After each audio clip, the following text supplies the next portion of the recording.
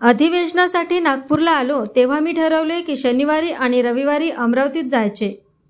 मराठी भाषा भवन आणि हॉस्टेल बांधत आहोत. मंत्रालयाजवळ विविध बिल्डिंग बांधण्याचा प्लॅन आहे. महायुतीमध्ये सहभागी झालो. सगळ्यांची वेगवेगळी विचारधारा असते, परंतु विकासासाठी आम्ही सोबत आलो आहोत. 1.25 लाख कोटींचे बजेट आहे राज्याचे. प्रत्येक शहरात अंडरग्राऊंड ड्रेनेज झाले पाहिजे. जिथे विकास होतो त्या ठिकाणी पिण्याचे पाणी व्यवस्थित मिळाले पाहिजे.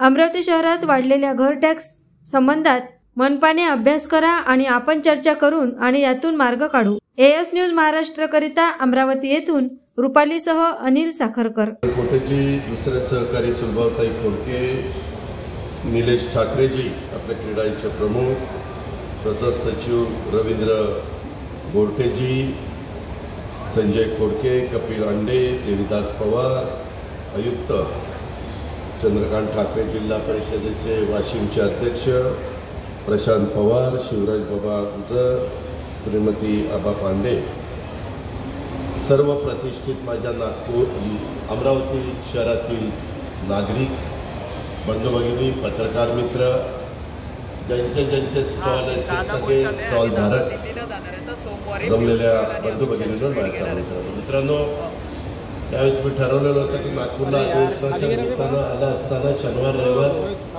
मुंबई आणि तिकडच्या भागात न जाता विदर्भातल्या वेगवेगळ्या जिल्ह्यामध्ये जाण्याचा प्रयत्न करायचा. आज मी नागपूर अमरावती जिल्ह्यात आहे, उद्या मी गडचिरोली जिल्ह्यात आहे.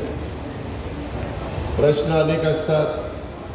मी आज इथं एका वेगळ्या कार्यक्रमाच्या निमित्तानं राज्यपाल महोदय महामहिम येणार आहेत. 2 वाजता तो कार्यक्रम आहे आणि त्याला मी येणारच होतो हे संजय खोडकेंना माहिती होतं. त्यांनी सांगितलं की क्रीडा इथं एक चांगल्या पद्धतीनं आम्ही इथं स्टॉल उघडलेले आहेत, प्रदर्शन ठेवलेलं आहे, ग्राहकाच्या करता पण वेगवेगळ्या घटकाकरता देखील. तर त्याला तुम्ही भेट द्या. मित्रांनो, मी राजकीय जीवनामध्ये गेले अनेक वर्ष काम करतोय. मला कन्स्ट्रक्शनच्या संदर्भामध्ये मी त्याबद्दलचं शिक्षण घेतलेलं नाही, परंतु माझ्या हातनं गेल्या 30-32 वर्षामध्ये अनेक प्रकारची बांधकामं सरकारी असतील, कुठलीही म्हणून काम करत असताना जवळपास 1750 कोटी रुपयाचं वडाळ्याला GST भवनचं काम सुरू केलेलं आहे गव्हर्नमेंट ऑफ महाराष्ट्राच्या.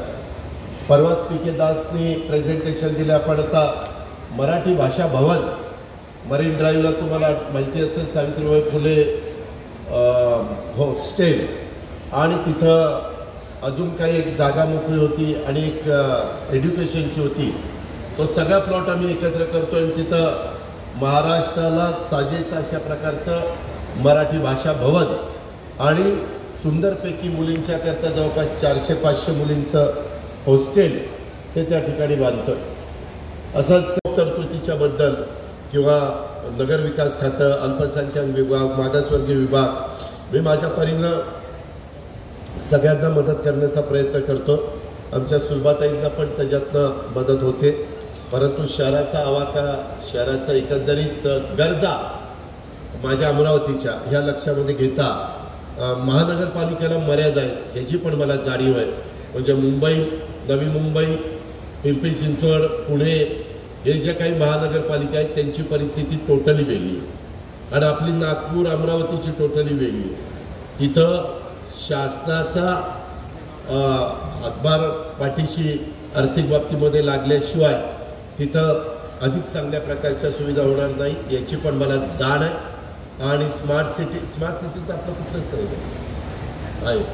स्मार्ट सिटीच्या संदर्भामध्ये पण आता बहुतेक ह्या मार्चमध्ये तो प्रोजेक्टची मुदत संपते असं काहीतरी मला सेंट्रलच्या लोकांनी सांगितलं.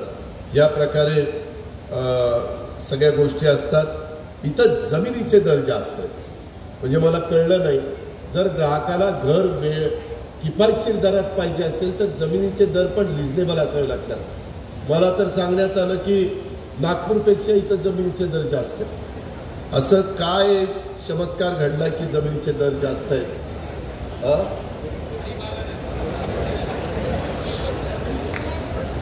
काही जणांनी जशी लँड बँक असती तशी या प्लॉटची बँक केली का काय कुणाला माहिती. पण माझं म्हणणं सगळ्यांनाच विनंती आहे, नुसतं 2 पैसे कमवणं हेच आपलं ध्येय नसलं पाहिजे. इकॉनॉमी विकर सेक्शनचा गरीब वर्ग आहे, त्याच्याकरता पण थोड्याशा आम्ही पण आता माडाच्या मार्फत इतर वेगवेगळ्या चांगल्या प्रकारच्या योजना आणतोय. गिरणी कामगारांच्या करता 1 लाख घराचा कार्यक्रम आम्ही हातामध्ये घेतोय. धारावीचा पण मोठा प्रोजेक्ट आम्ही त्या ठिकाणी आता हातामध्ये घेतोय, त्याचंही टेंडर जवळपास झालेलं आहे. अशा पद्धतीनं बकालपणा तो त्या प्रत्येक शहरातला कमी व्हावा. कचऱ्याची विल्हेवाट व्यवस्थित लागावी.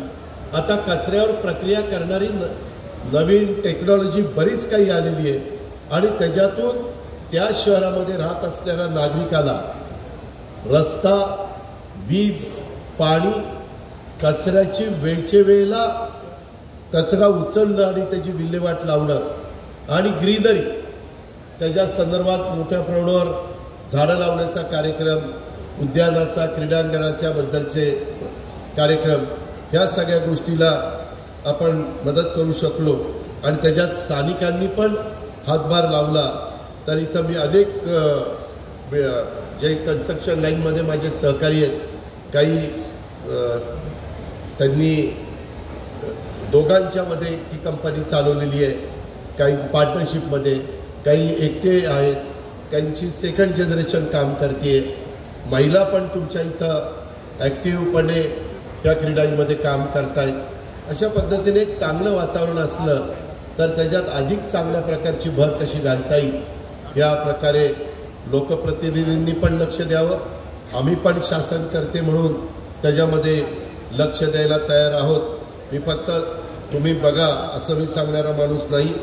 राज्याचं अर्थचक्र जर योग्य पद्धतीनं सुरू ठेवायचं असेल तर बांधकाम क्षेत्राचा त्याच्यामध्ये खूप मोठा वाटा असतो, खूप मोठा हिस्सा असतो आणि राज्याचा GDPमध्ये देखील माझ्या बांधकाम क्षेत्राचं महत्त्वाचं योगदान असतं.